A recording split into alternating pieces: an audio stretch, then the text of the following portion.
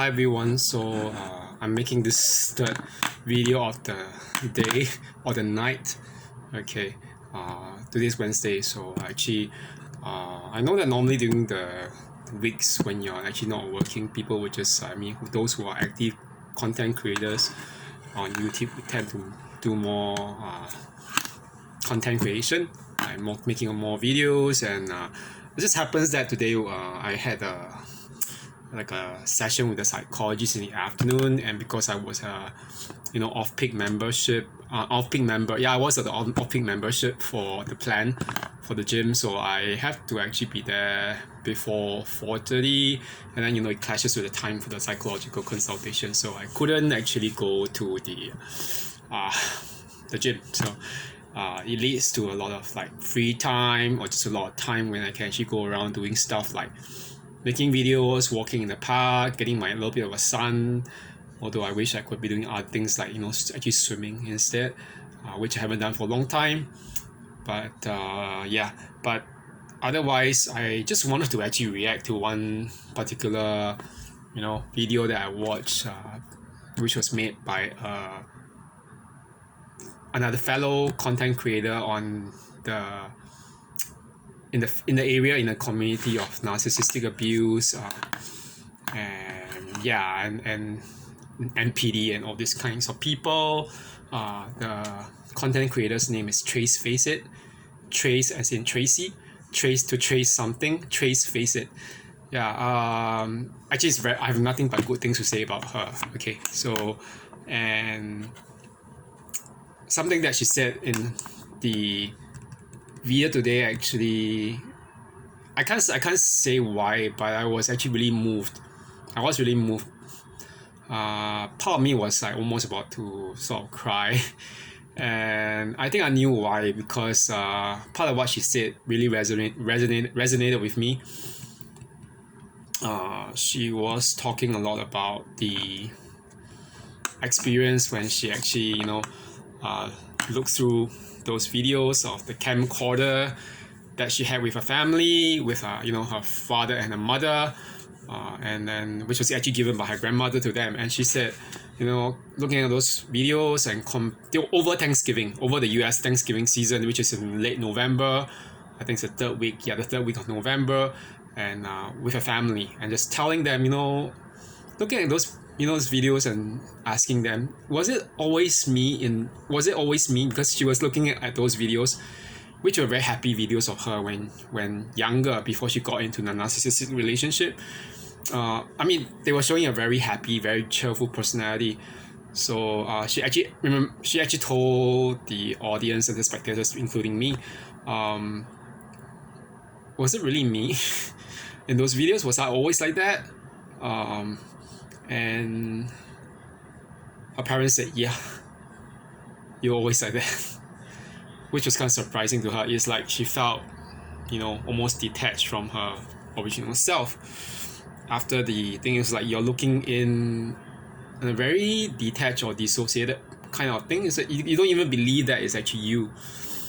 And it just kind of made me realize certain things, because the story she had said about the camcorder being given by the grandmother, who's actually the mother of her father, that means the paternal grandmother, and it just reminds me of my maternal grandmother who just passed away last year. I'm sorry if I turn really emotional and start having some tears. Just forgive me. I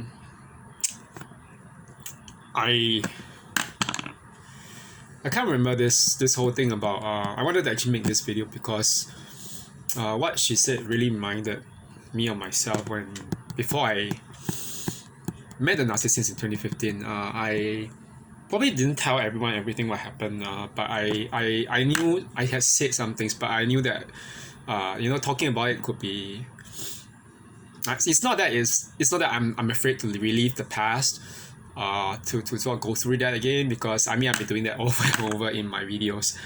But it's more that feeling that sometimes if it's not helping other people, and if it's not helping me as well to move on, if I'm wallowing and ruminating, ruminating. Yeah, I shouldn't be talking too much about the details or stories, but one thing she said about the camcorder reminded me of, that technology is something is so amazing. We talk a lot about, like how, I mean, it's over and over. We talk about it in all different, channels and videos about how, narcissists, they have this excessive reliance on technology. Speaking of which, I just changed another phone, okay, which is like now downloading all these things over, like the pictures and images from my other phones. But I'm actually recording in this phone as well. Okay, this whole thing about technology, narcissists are always rely on technology. It's like their phones seem to be so full of secrets. It's like, we have a thing called the Book of Secrets in like circles of those who practice witchcraft. Not that I'm a witch, but not Book of Secrets, Book of Shadows. Yeah, the shadows are where all the truths and everything that are hidden is being revealed. It's like the thing with the narcissist phones. What is it in all their phones? It seems to be like their Book of Shadows. I don't know what they're practicing. Maybe some witchcraft, maybe something.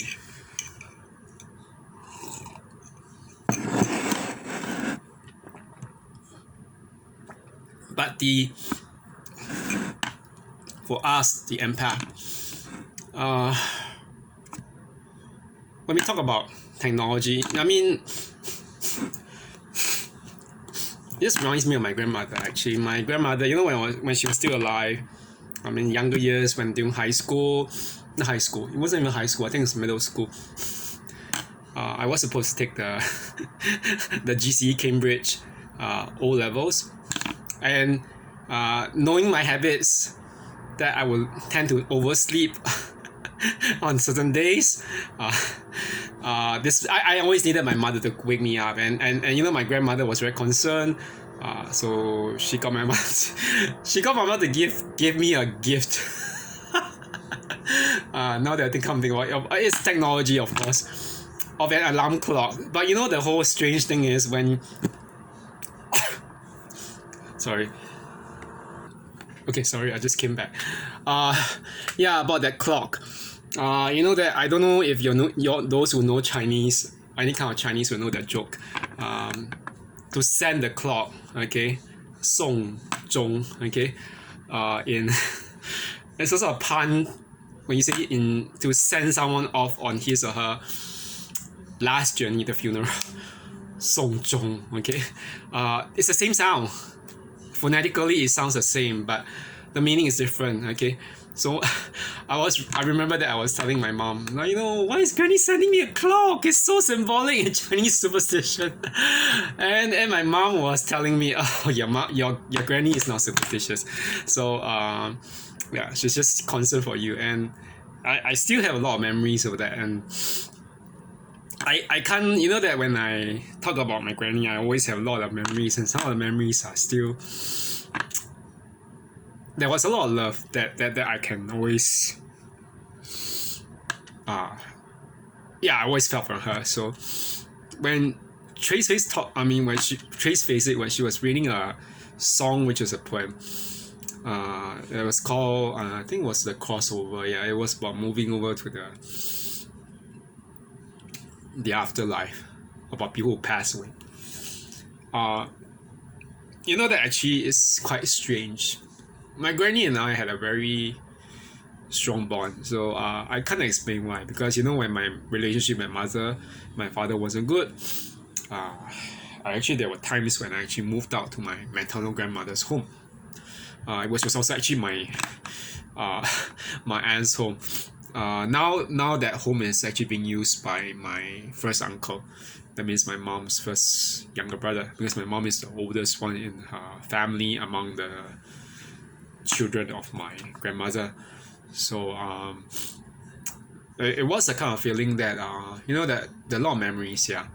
So I mean, the joke aside, but I kind of realized, especially after, what Trace Face It said was quite true. She had said something as well about chemistry between us and the empaths and the narcissists. So yeah, there's chemistry, but chemistry isn't just used to link people, to bring them together. Sometimes it can be used to create weapons of mass destruction. Yeah, all the bombs, all the missiles we see, they are used in wars. The weapons of mass destruction, they are all formed by chemistry. So this is precisely what happens with chemistry between us and narcissists. But between us and family, it is a different thing.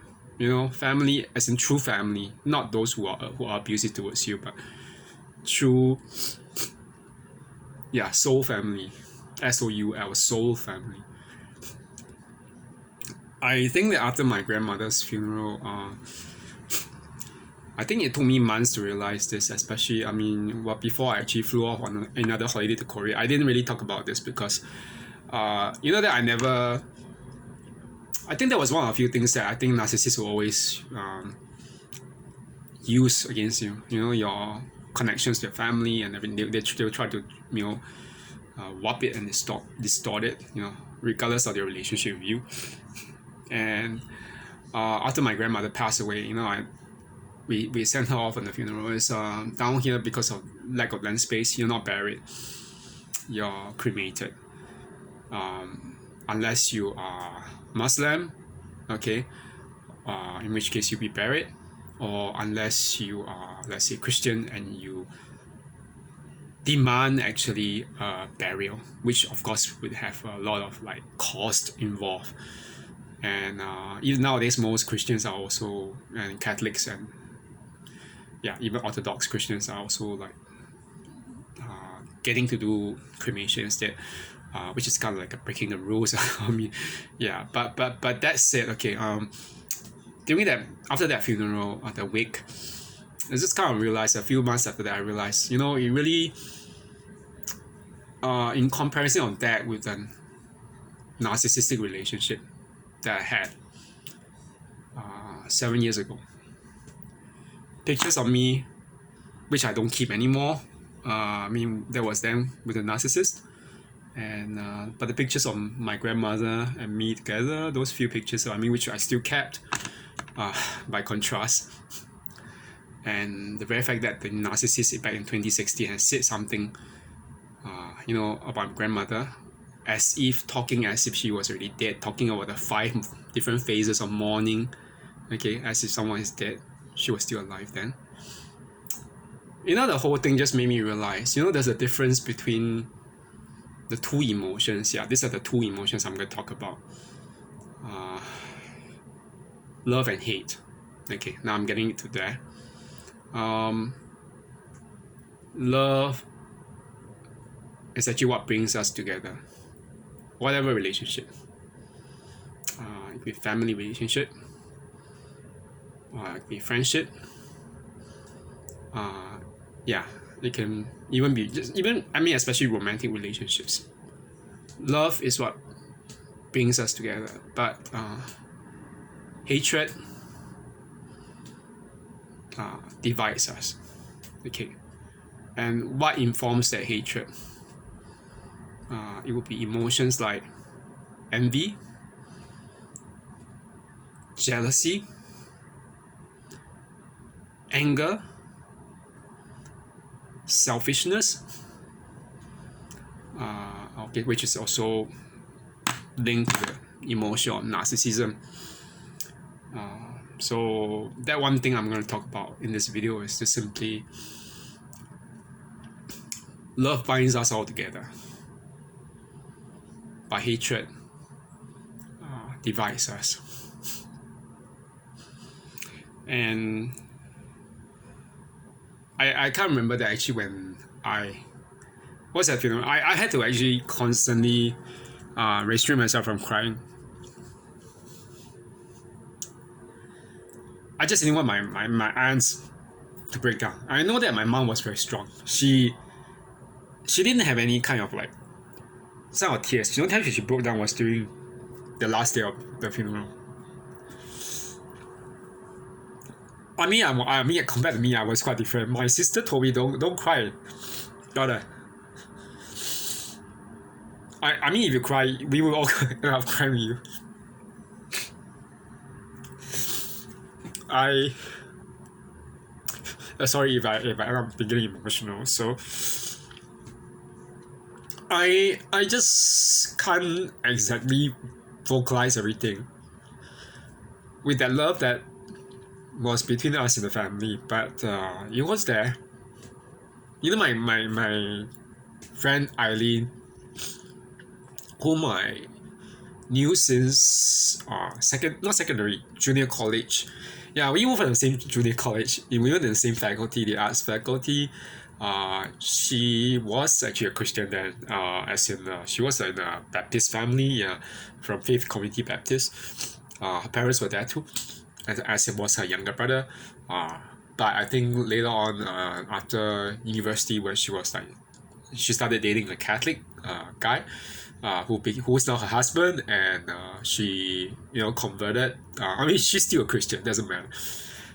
To become a Roman Catholic, and yeah, she was there at the funeral wake.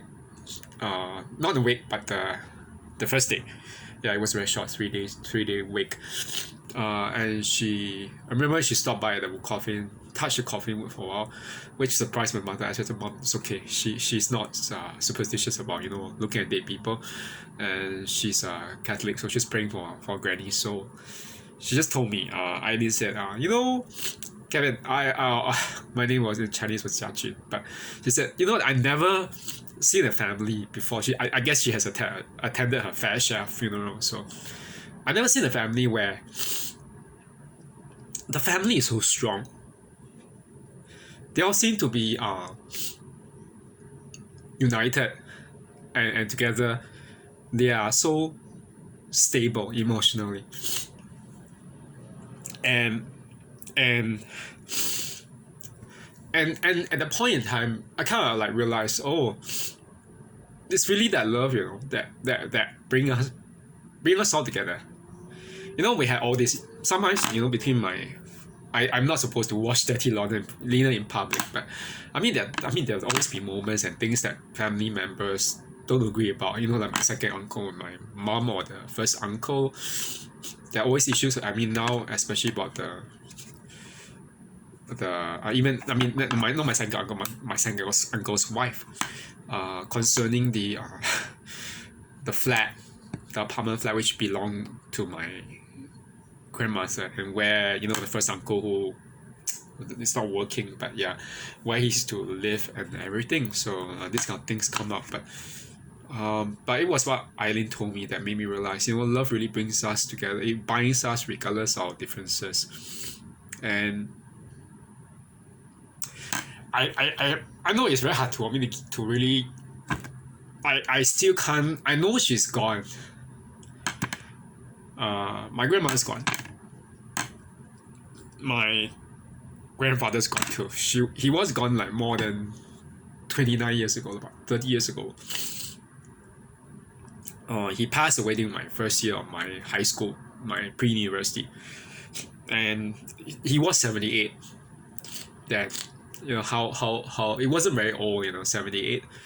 I mean, if he had lived longer, if not for his lungs. And my grandmother passed away at 97. She outlived him by 29 years. 29 years was like something that I didn't even believe that was possible, but she did. Okay, and the whole thing when we talk about people who are there. I mean, I don't tell people a lot. I had my whole family. My younger sister. We had my younger sister's not a Christian. She's I think she's following her husband's religion as a Buddhist.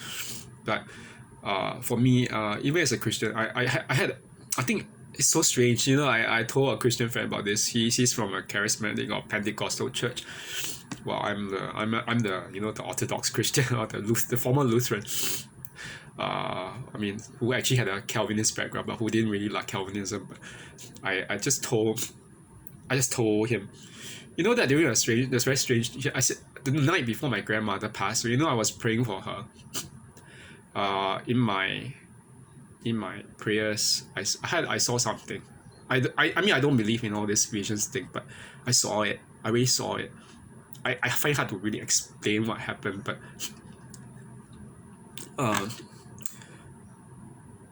there were a lot of shadows in her sick bed in the hospital where she was. Okay, so she was unconscious basically.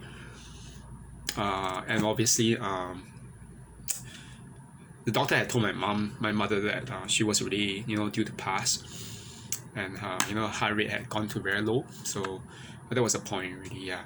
I was praying the whole night. I just said, God, I don't know why it's just keep her alive. That she might be in good health. Years ago, my grandmother hit her head. She had a blood clot somewhere. I remember actually I prayed. I had a breakdown because I flew back especially from Japan when I was working there to see her in the hospital.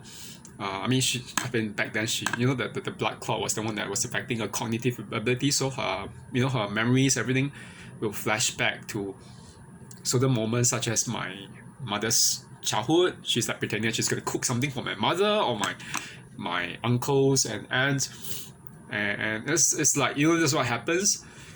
I broke down and I couldn't really take it. I remember that the nurse was saying that sometimes all these are ordained because she's an Indian Muslim.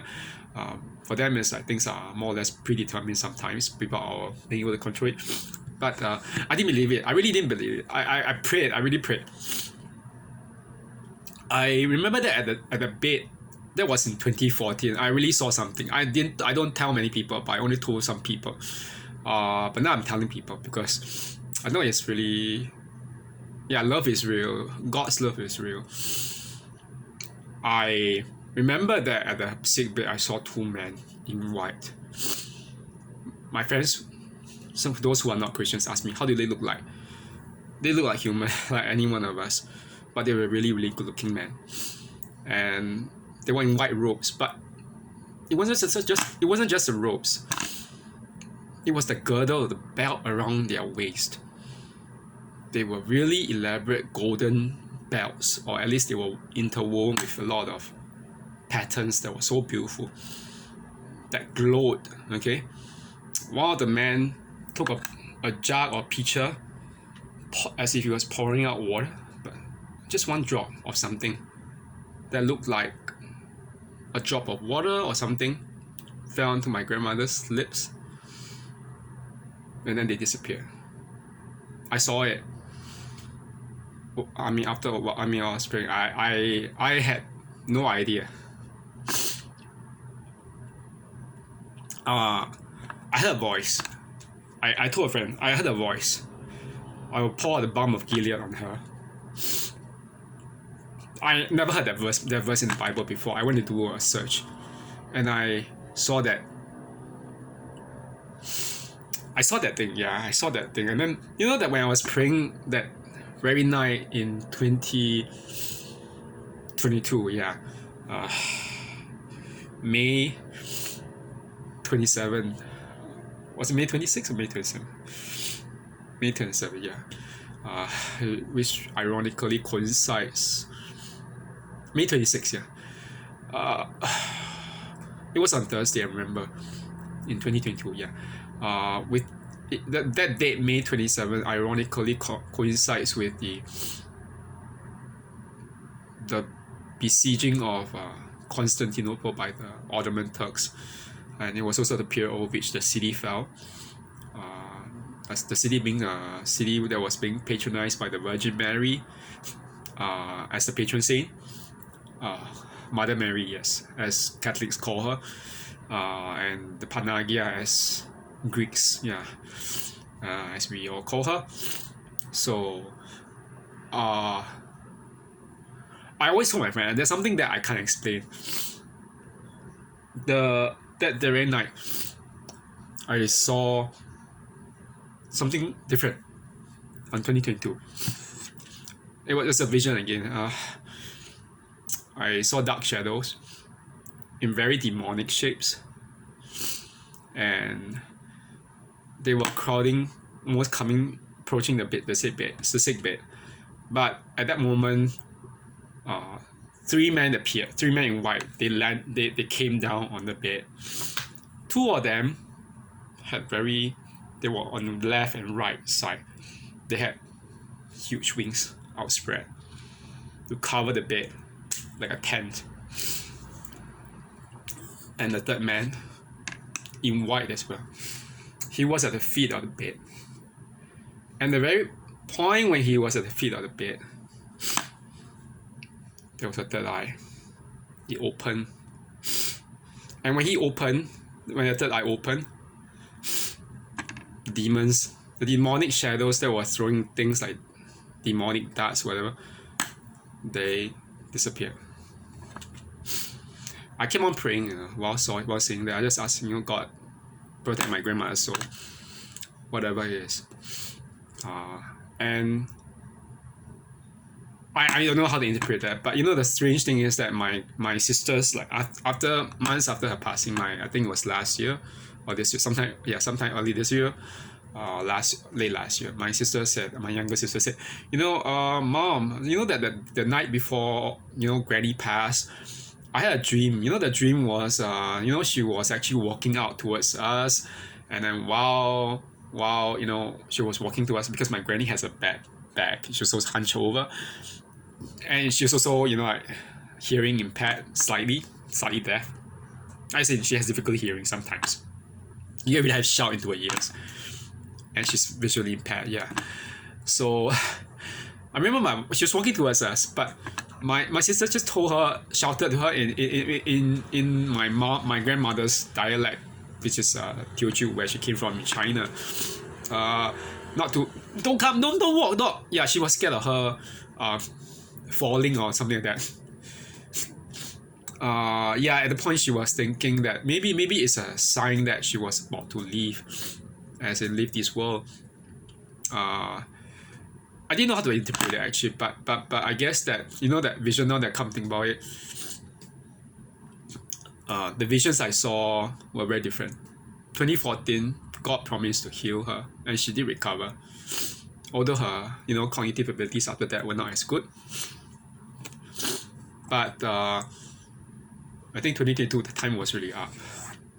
I hate to say it, but yeah, some people, now that I come think about it, what I saw, I think that it was a vision of the particular judgment that every one of us must go through, regardless of whether we are a believer or not. So I realized in the light of all this, especially now that I'm kind of like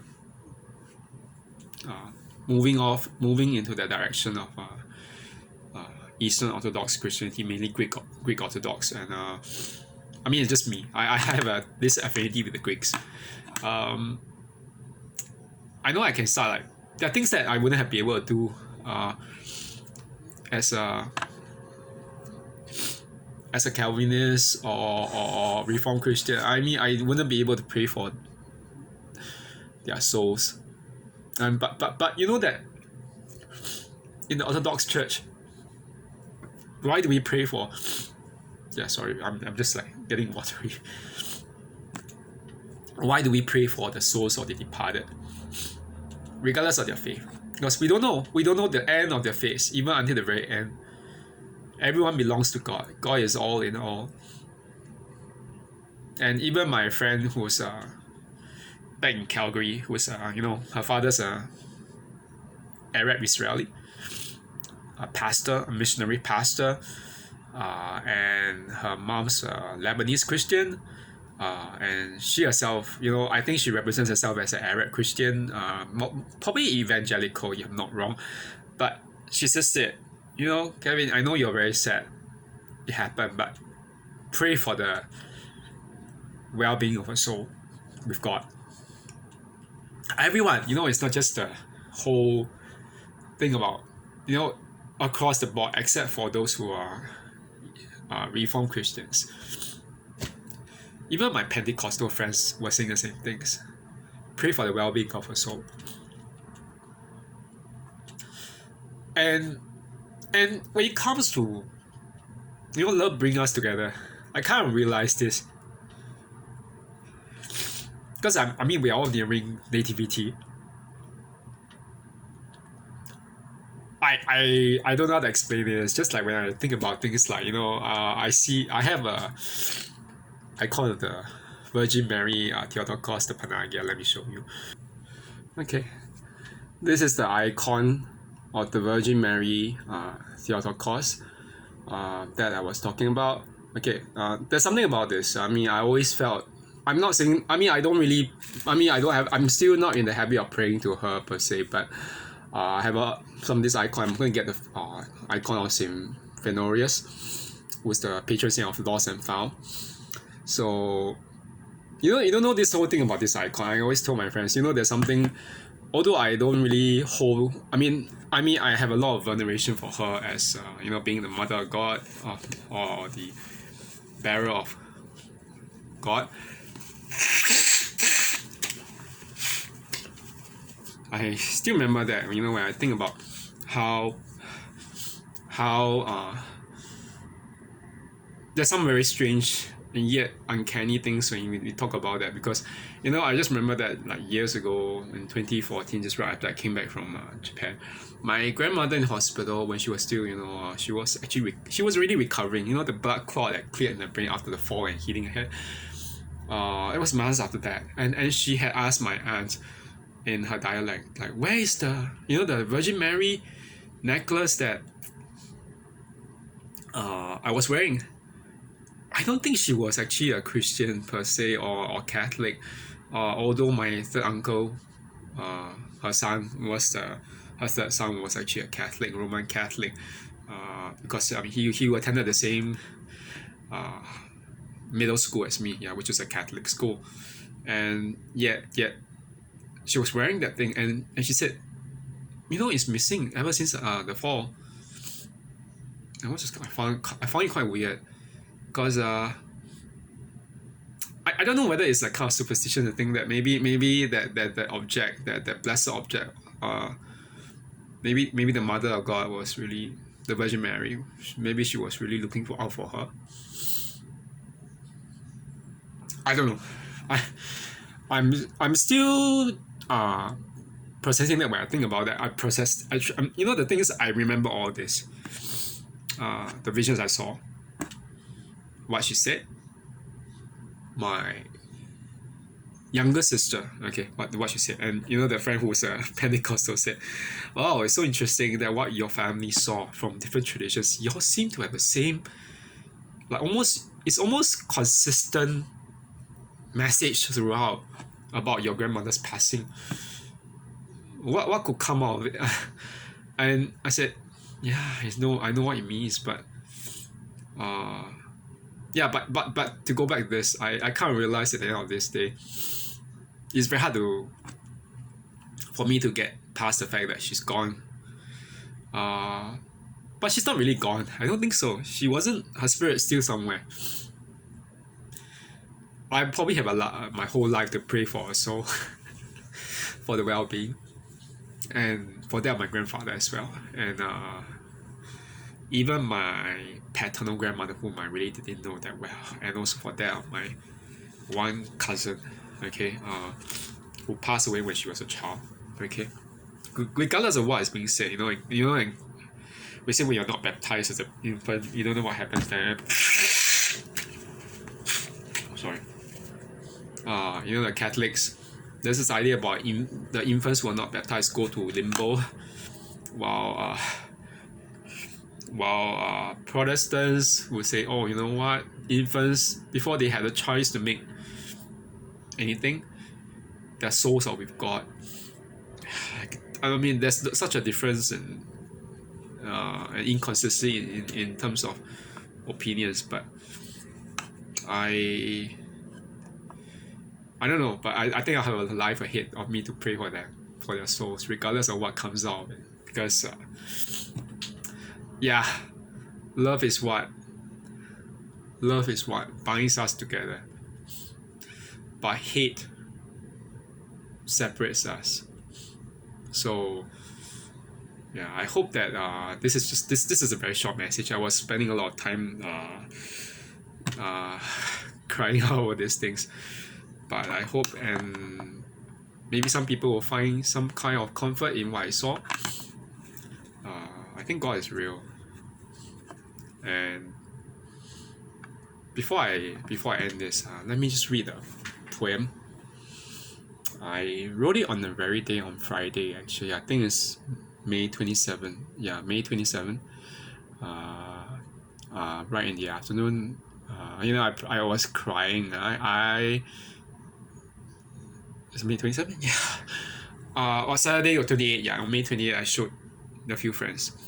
So this poem is entitled Crossings. It's dedicated to her and to the legacy of love that she gave us. Okay, so yeah, here it is. Crossings. Okay. Over the rainbow bridge, she has made the final crossing. The journey to the other side of the mirror. The gossamer film that splits our world between the ephemerally material and the undiscovered country we might not see nor go to unless our clocks within strike at the midnight hour. In life, she gave more than just life.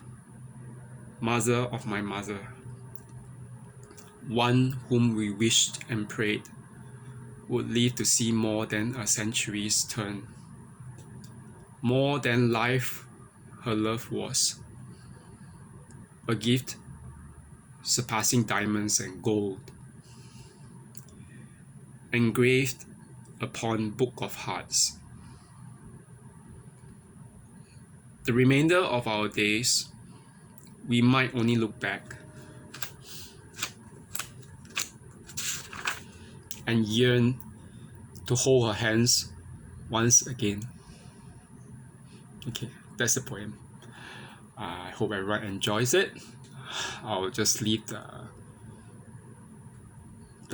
verses in the comments. Okay, if you want to quote it or read it, please at least acknowledge me. Okay, yeah. Anyway, it's very emotional. Sometimes I still get affected by it. But yeah, I just want to remind you all, love is important. Love is more important than anything else. The love that is real surpasses the hatred. Hatred for a narcissist,